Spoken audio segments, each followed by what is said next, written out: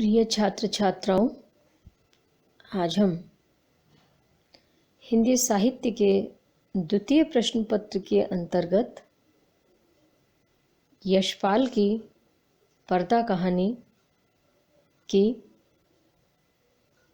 कहानी के प्रमुख तत्वों के आधार पर समीक्षा करेंगे। कहानी के प्रमुख तत्व कौन से हैं? कथानक, पात्र और चरित्र चित्रण, संवाद या कथोपकथन, देशकाल और वातावरण, भाषा शैली, उद्देश्य और शीर्षक। ये कुछ कहानी के प्रमुख तत्व हैं जिनके आधार पर हम पर्दा कहानी देखेंगे या उसकी समीक्षा करेंगे।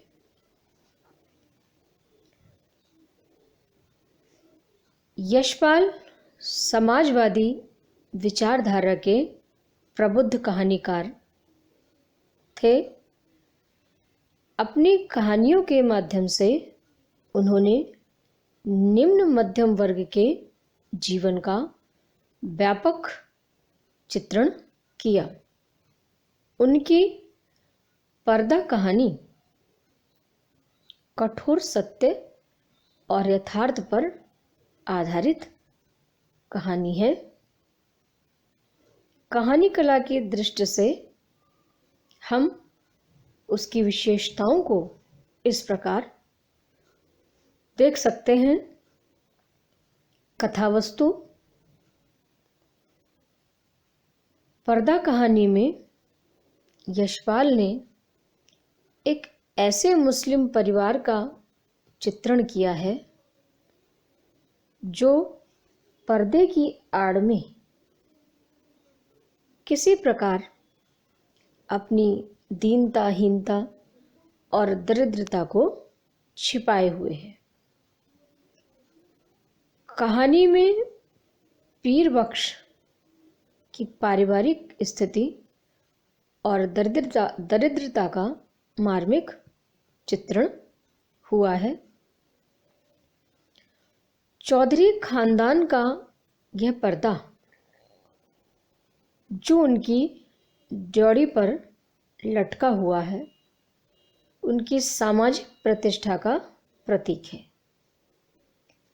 निर्धन होते हुए भी चौधरी साहब अपनी मर्यादा का पर्दा डाले रहते हैं और जब खान द्वारा पर्दा हटा दिया जाता है तो वे किंग कर्तव्य विमूढ़ हो जाते हैं।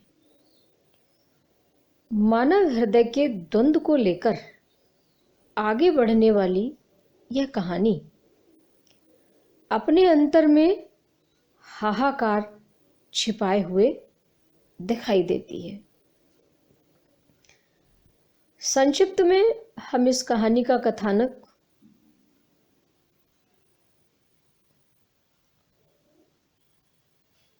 कहेंगे।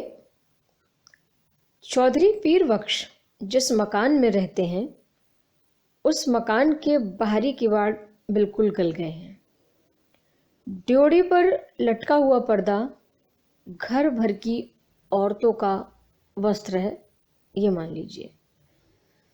चौधरी साहब ने बच्चे के जन्मदिन पर खान से 4 रुपए उधार लिए थे, किंतु उसका उधार अदा न कर सके थे।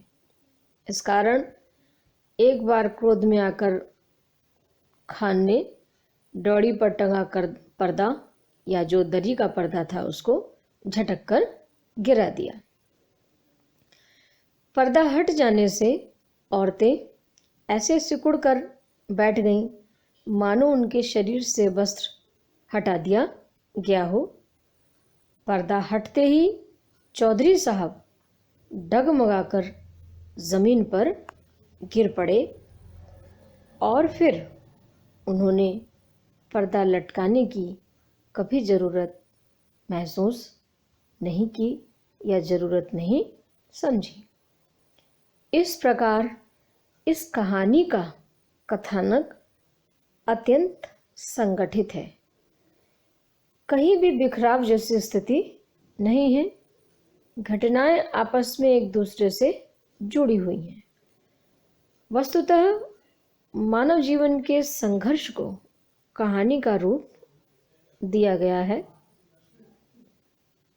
ये इसका संक्षिप्त कथानक।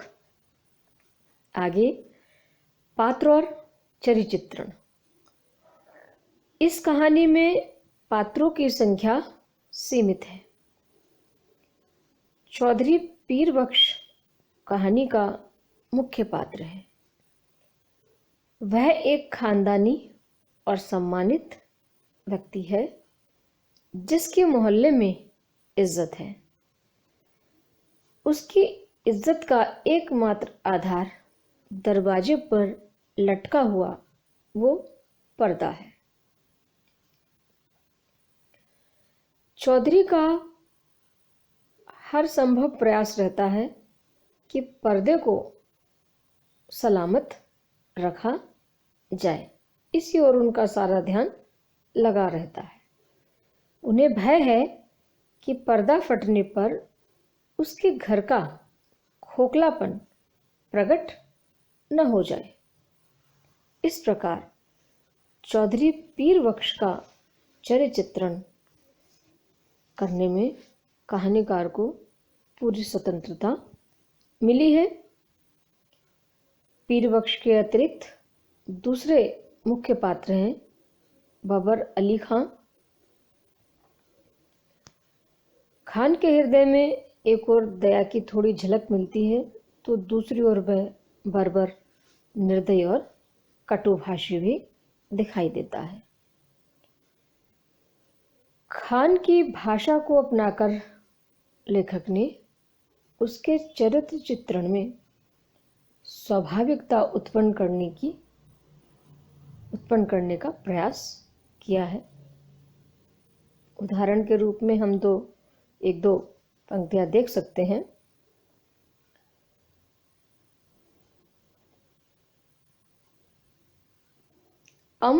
तुम्हारा दुआ का क्या करेगा, तुम्हारा खाल का क्या करेगा, उसका तो जूता भी नहीं बनेगा, तुम्हारा खाल से तो ये टाट अच्छा।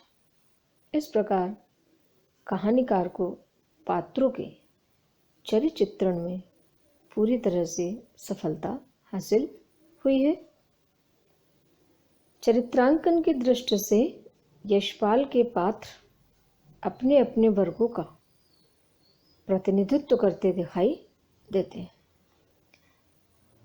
पात्रों की जो वर्गगत विशेषताओं को भी उभारा गया है, उनके पात्र वर्गों के प्रतीक होते हुए भी जीवंत है। संवाद या कथोपकथन। यद्यपि यह कहानी वर्णन प्रधान कहानी है, फिर भी इसमें कलात्मक और नाटकीय संवादों की योजना की गई है। जहाँ भी संवाद योजना हुई है, वहाँ संवाद पात्र की मन स्थिति को व्यक्त करने वाले हैं। संवादों या कथोपकथन के माध्यम से ही चौधरी पीर बख्श और खान बाबर अली खां के चरित्र पर पूर्ण प्रकाश पड़ जाता है। लेखक को अपनी ओर से बहुत कम कहना पड़ता है। उदाहरणार्थ, अरे चौधरी, इस जमाने में दरी को यूं काहे खराब करोगे? बाजार से लाकर टाट का टुकड़ा न लटका दोगे? चौधरी हंसकर बोले, होने दो, क्या है, हमारे यहाँ पक्की हवेली में भी ड्योढ़ी पर दरी का ही पर्दा रहता था। इस प्रकार खान के संवाद से उसके चरित्र की क्रूरता प्रकट होती है। वह कहता है, आरामी हमारा पैसा मारेगा, हम तुम्हारा खाल खींच लेगा। इस प्रकार कहानी के कथोपकथन कथा वस्तु के स्वाभाविक विकास, चरित्र चित्रण और वातावरण की सृष्टि तथा कहानी के रहस्य उद्घाटन में पूरी तरह से सक्षम है। देशकाल और वातावरण। यशपाल यथार्थवादी कहानीकार हैं। प्रस्तुत कहानी में चौधरी पीर बख्श की 3 पीढ़ियों की दशा का वर्णन अत्यधिक रोचक बन पड़ा है। चौधरी साहब अपने ज़माने की याद कर कहते हैं, कुछ पंक्तियां हैं।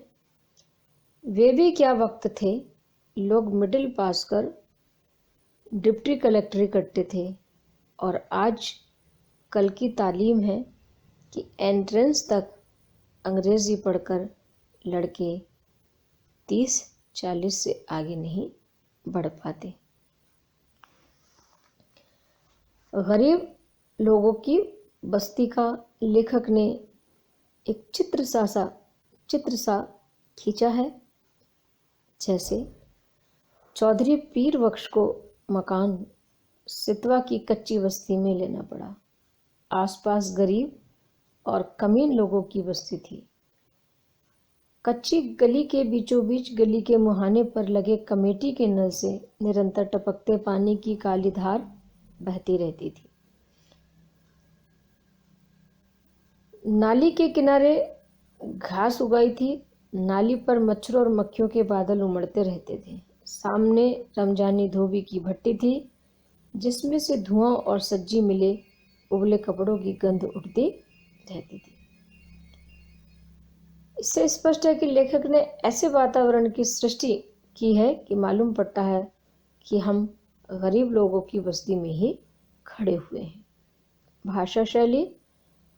प्रस्तुत कहानी यशपाल जी की यथार्थवादी कहानी है। उसी के अनुसार उन्होंने भाषा शैली का भी प्रयोग किया है। कहानी में वातावरण के अनुकूल व्यावहारिक जनभाषा की योजना हुई है तथा नुकीले व्यंग्यात्मक एवं ओजपूर्ण शैली भी अपनाई गई है। इसके अतिरिक्त उर्दू शब्दावली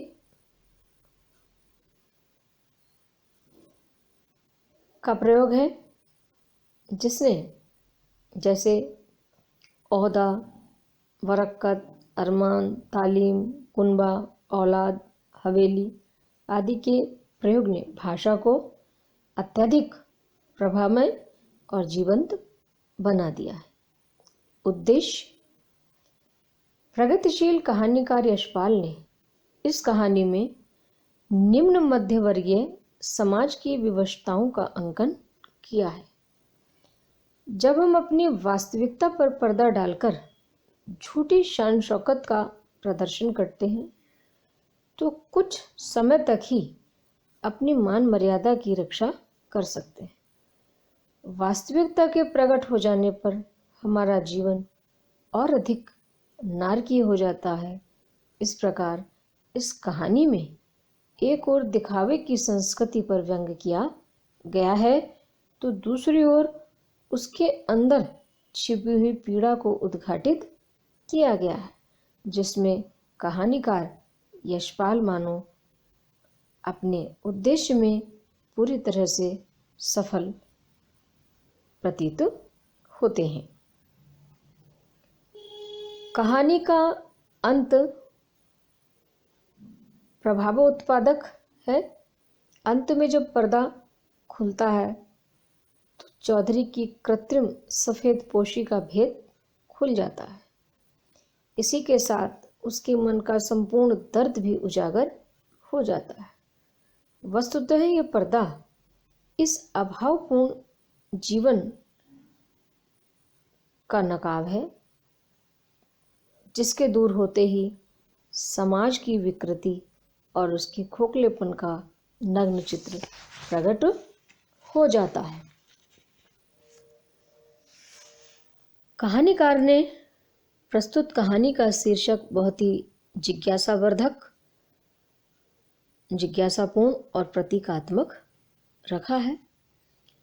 चौधरी खानदान का पर्दा उनकी सामाजिक मान मर्यादा और सामाजिक प्रतिष्ठा का प्रतीक है।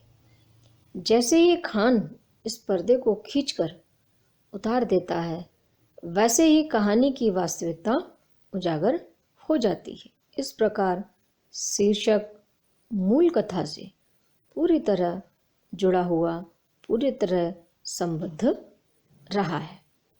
निष्कर्षतः यह छोटे से कथानक वाली यह कहानी यथार्थवादी सामाजिक कहानी है और यशपाल जी ने इसमें बड़ी कुशलता से कहानी कला के तत्वों का समावेश किया है। धन्यवाद।